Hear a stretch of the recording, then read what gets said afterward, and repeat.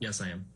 What, if any, creative concerns did Warner Brothers have about casting Amber Heard as Mira in Aquaman 2?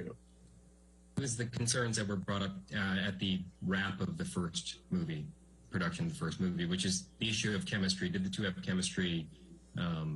I think editorially they were able to make that relationship work in the first movie, but there was a concern that it took a lot of effort to get there.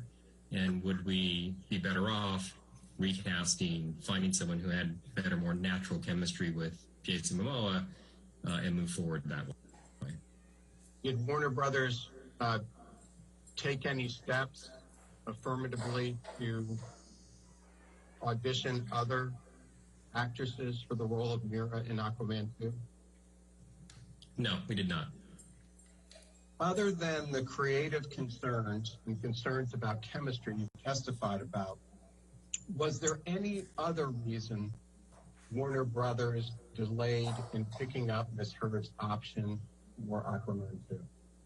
No, it was all concerns about whether she was the right bit of casting for the movie. What role, if any, did Ms. Heard's dispute with Johnny Depp have in Warner Brothers' delay picking up Ms. Heard's option for Aquaman 2? There was none from our end.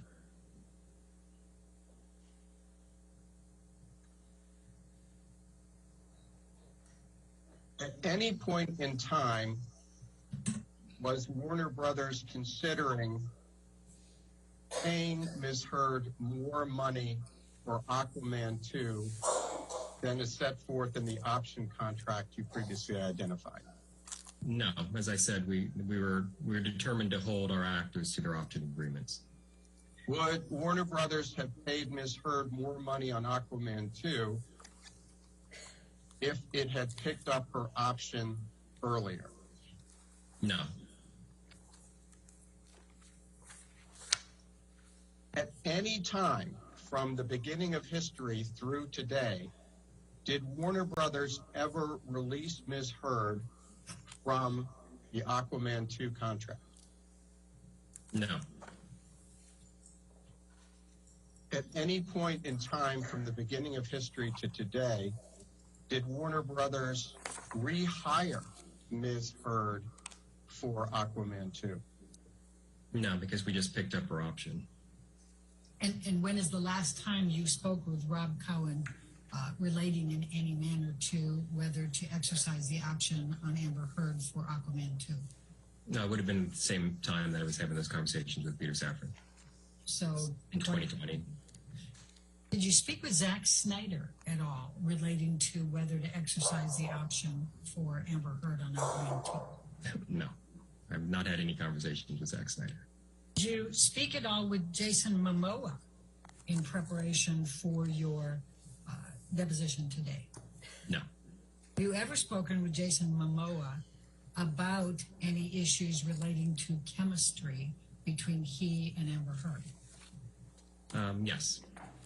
When did you speak with Jason Momoa about chemistry issues between he and Amber Heard? It would have been in that same time period where we were prior to green light of the movie. Now, you were asked some questions about scripts. Did you review any of the drafts of the script for Aquaman 2? Yes. When?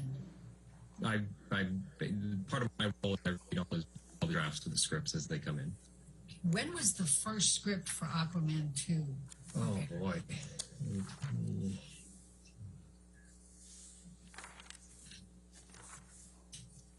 I cannot tell you. Probably in 2018, the latter part of 2018 would be my guess.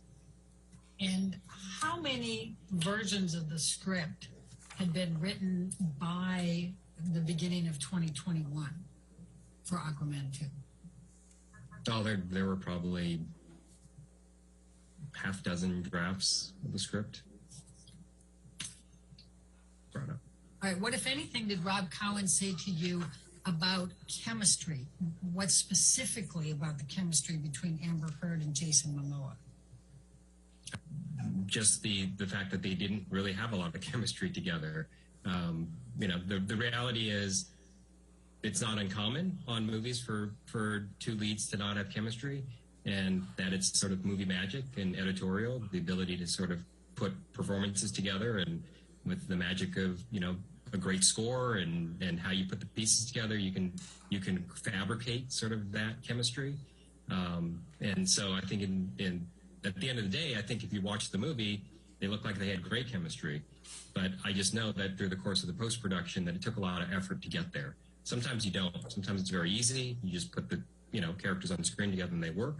And sometimes it's harder. And so... Can you give me anything more specific about what it was with Amber Heard and Jason Momoa that was difficult for the chemistry? No, because it's like what makes a movie star a movie star. Like you know it when you see it, and the chemistry wasn't there. Now, you've used the term fabricated a number of times. What did you do to fabricate the chemistry between Amber Heard and Jason Momoa? Well, those are just, it's editorial. A good editor and a good filmmaker can pick the right takes, can pick the right moments, and put scenes together.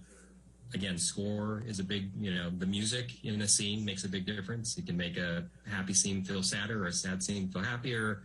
And so it was sort of it's just the magic of post-production, editing, sound design, music, etc. And what do you mean by fabricating, though? I mean, were they literally falsifying, or were they just picking the best music? Let me finish my question. Were they picking the best music and picking the best looks because that's their job and that's what you do on every scene? That is what we do in post-production. That's what filmmakers do. This is, on any production, you're doing that. You're putting performances together. Sometimes it's easier than others. This one was more difficult because of the lack of chemistry between the two. But they were able to, James Wan and the editor were able to get it to a place where the end result actually works. And it's great. And in fact, that's the job of every filmmaker, right? Is to put all the combinations together to make the most successful production. Absolutely. I'll tell you what has been marked as exhibit number 5. It's ALH 18247.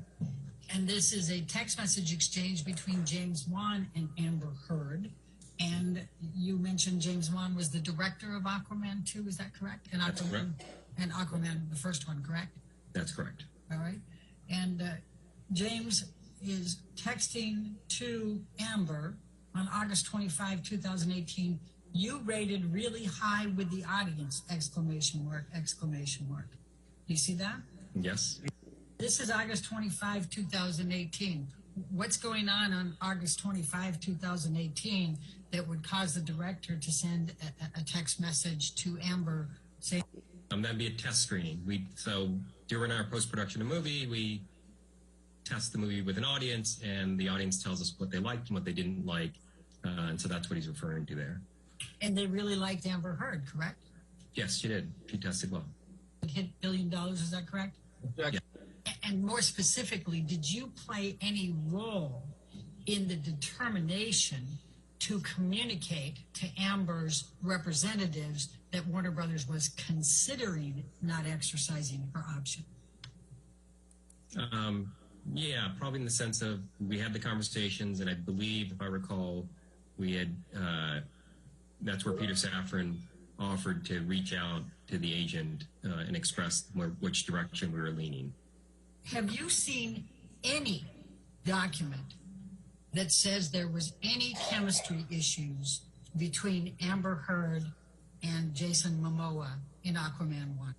Documents? No, I mean, those were all conversations.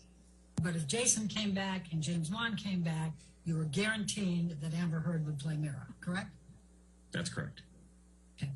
And Jason Momoa was able to negotiate a different compensation structure, was he not, for Aquaman 2? That's true. He did renegotiate. Now, Aquaman was the highest grossing DC film ever for Warner Brothers, was it not? Yes, it was. What, if any, issues did you have with Amber Heard in Aquaman 2? My understanding is actually the production went very smoothly.